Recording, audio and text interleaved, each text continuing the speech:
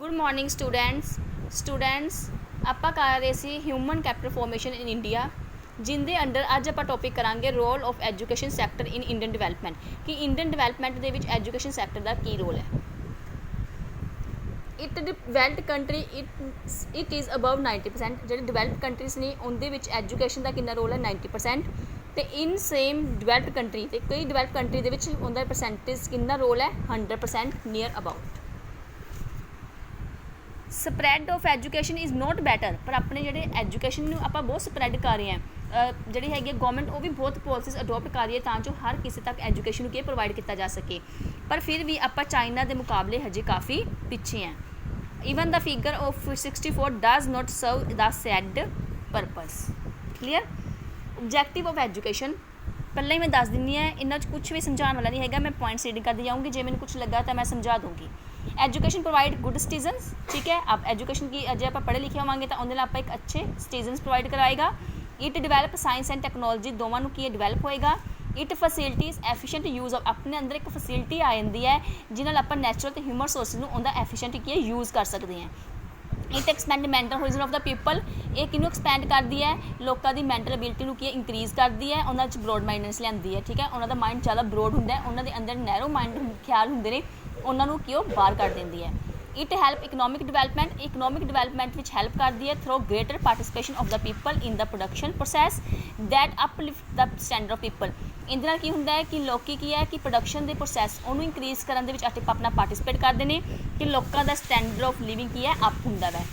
It promote rational and scientific thinking of the people इन्होंने लोगों के जी थिंकिंग है वह रैशनल तो साइंटिफिक दोवें तरह की थिंकिंग की है प्रमोट होंगी है बढ़ती है। It tend to bring down birth rate in birth rate down होंगी है। बर्थ रेट डाउन होने का मतलब ये नहीं कि डैथ रेट इंक्रीज़ हो रही है बर्थ रेट इंक्रीज़ होने का मतलब है कि जो लोग ने एजुकेट होने कि फैमिली प्लैनिंग की इंपोर्टेंस को समझते हैं जिंदे नाल बर्थ रेट की है डिक्लाइन होंगी ठीक है डिक्लाइन होंगी है मतलब कि घटती है। पहला की होंदा सी आपां देखते सी कि एक फैमिली मैंबर्स किन्ने बच्चे होंदे सी लेकिन हुण हो गया ना दो फैमिलीज़ हुण तां कई तां एक फैमिली बच्चा ही अडोप्ट करते हैं और क्योंकि हुण उहदी इंपोर्टेंस को समझते हैं। Growth in government expenditure in education तो गवर्नमेंट द्वारा की एक्सपेंडिचर किया जा रहा है हाँ जी as a percentage total expenditure government द्वारा टोटल कितना एक्सपेंडिचर किया जा रहा है सिर्फ इहदे एक्सपेंडिचर दस्सिया हुआ है कि 1952 के गवर्नमेंट का एक्सपेंडिचर 7.92% से 2000 के देखो कितना ज़्यादा हो गया डबल हो गया 13.17%। As a percentage gross domestic product दी परसेंटेज ऑफ एजुकेशन के की है ग्रोस डोमैसटिक प्रोडक्ट की है अपनी इनकम का काफ़ी पार्ट की है वो एजुकेशन से की खर्च कर रही है। 1952 के कितना सी 0.64% एंड 2002 की हो गया 4.02 ये GDP का। The major as a percentage of GDP is better measure since it set fixed target in periods 1952 and 2002 तक की सीगा। Education expenditure as percentage of total government expenditure increase हो गया 7.92 तो 13.17% तो GDP का कितना हो गया 0.64 तो 4.02%। ये याद करना तुसी डाटा ये देखो इन्हों के की है सारा टेबल के डाटा ही है ये तुसी की याद कर लेना वै कि पर कैपिटल एक्सपेंडिचर कितना सी ते लक्षद्वीप के कितना सीगा बिहार के घट है तो लक्षद्वीप के दस्या होया कितना वै लक्षद्वीप के कितना एक्सपेंडिचर खर्च हो रहा 30,440 तो जोड़ा बिहार के कितना वै ओनली 386 ठीक है। इस तरह GDP दसी हुई है ये तुसी सारे पॉइंट्स पढ़ लेने खुद तो जे किसी को कोई डाउट होया तो तुसी मैनू पूछ लेना ठीक है। इस तो बाद टेबल दिखाया होया सारा कि गवर्नमेंट वालों किवें खर्च किया जा रहा है कि प्राइमरी तो मिडल तो सीनियर एंड सीनियर सैकेंडरी तो कॉलेजिस ते नंबर ऑफ स्टूडेंट्स ये सारा डाटा टेबल है ये तुसी सारा पढ़ लेना है ठीक है। इहदे विच कुछ भी दसने वाली गल है नहीं टेबल ही है सारा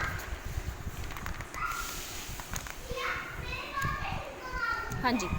इस तो बाद आ गया primary education number of schools increase होए ने इन्ने 1950 इन्ने से इस तो बाद इन्ने हो गए 2009 ते 10 दे विच ठीक है। चिल्ड्रन एज अटेंडेड 98% होगी यानी कि स्कूल के बच्चों की एज अटेंडिंग दसी हुई है कितनी तो ग्रोस एनरोलमेंट रेशियो 43% इन 1951 सी तो सम टाइम अबव 100%। हुण पैराडॉक्स में इसलिए की होगी 80 some time above 100।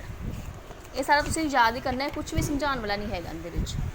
Main factor responsible of education backward is, ਕਹਿੰਦੇ ਨੇ ਜੇ ਐਜੂਕੇਸ਼ਨ ਕਿਤੇ ਬੈਕਵਰਡ ਹੈ ਤਾਂ ਉਹਦੇ ਰਿਸਪੋਂਸੀਬਲ ਕੀ ਨੇ, ਸੋਸ਼ਲ ਤੇ economic poverty of the people, ਲੋਕ ਗਰੀਬ ਨੇ ਜਿੰਦੇ ਕਰਕੇ ਬੱਚਿਆਂ ਨੂੰ ਕੀ ਹੈ ਕੰਮ ਤੇ ਲਗਾ ਦਿੰਦੇ ਨੇ, ਜਾਂ ਸੋਸ਼ਲ ਫੈਕਟਰਸ ਨੇ। Government started many schemes and programme start ਕੀਤੀ ਹੈ, ਕਿਹੜੇ ਕਿਹੜੇ ਪ੍ਰੋਗਰਾਮ ਸਟਾਰਟ ਕੀਤਾ ਗਵਰਨਮੈਂਟ ਨੇ, mid day meal schemes, district primary education programme, Sarva Shiksha Abhiyan, education guarantee and alternative innovative education, ये तो सबनों पता ही है। उस तो बाद आ गया तुहाडा, बस इन्ना ही बहुत अज लिए सफिशेंट है, ठीक है। प्राइमरी एजुकेशन तक तुसीं पढ़ लेना है, विच कुछ भी समझाने वाला है नहीं, तो खास इंपोर्टेंट टॉपिक भी नहीं है, इन्ना क पढ़ लियो। बाकी सैकेंडरी तो हायर एजुकेशन की आपां कल कर लांगे, ठीक है। फिर कल तुहाडा चैप्टर की हो जाऊगा, कंप्लीट हो जाएगा। ਜਾਂ ਸੈਕੰਡਰੀ ਐਜੂਕੇਸ਼ਨ ਵਾਲਾ ਪੁਆਇੰਟਸ ਆਪਾਂ ਅੱਜ ਪੜ੍ਹ ਲੈਂਦੇ ਹਾਂ, ਫਿਰ ਕੱਲ੍ਹ ਜ਼ਿਆਦਾ ਨਾ ਹੋ ਜਾਊਗਾ। ਸੈਕੰਡਰੀ ਐਜੂਕੇਸ਼ਨ ਟੋਪਿਕ ਕਰਵਾ ਦਿੰਦੇ ਚਲੋ ਅੱਜ। This education is for children age group ਕਿੰਨਾ 14 to 18 ਦੇ ਵਿੱਚ ਹੈ। ਨੰਬਰ ਆਫ ਸੱਚ ਸਕੂਲ ਇੰਨੇ 51 ਦੇ ਵਿੱਚ ਇੰਨੇ ਸੀਗੇ, ਅਤੇ ਹੁਣ ਕਿੰਨੇ ਹੋ ਗਏ ਇੰਕਰੀਜ਼ ਹੋ ਕੇ 2009-10 ਦੇ ਵਿੱਚ ਇੰਨੇ ਹੋ ਗਏ, ਠੀਕ ਹੈ। ਨੰਬਰ ਆਫ ਸਟੂਡੈਂਟ ਕਿੰਨੇ ਸੀ, ਪਹਿਲਾਂ 15 ਲੱਖ ਸੀ 1950-51 ਦੇ ਵਿੱਚ, ਹੁਣ ਕਿੰਨੇ ਹੋ ਗਏ 4.41 ਕਰੋੜ। ਵੋਕੇਸ਼ਨਲ ਸਟਰੀਮ ਸਟਾਰਟ ਕੀਤੀ ਹੈ ਸੈਕੰਡਰੀ ਅਤੇ ਸੀਨੀਅਰ ਸੈਕੰਡਰੀ ਸਕੂਲ ਦੇ ਵਿੱਚ, ਠੀਕ ਹੈ।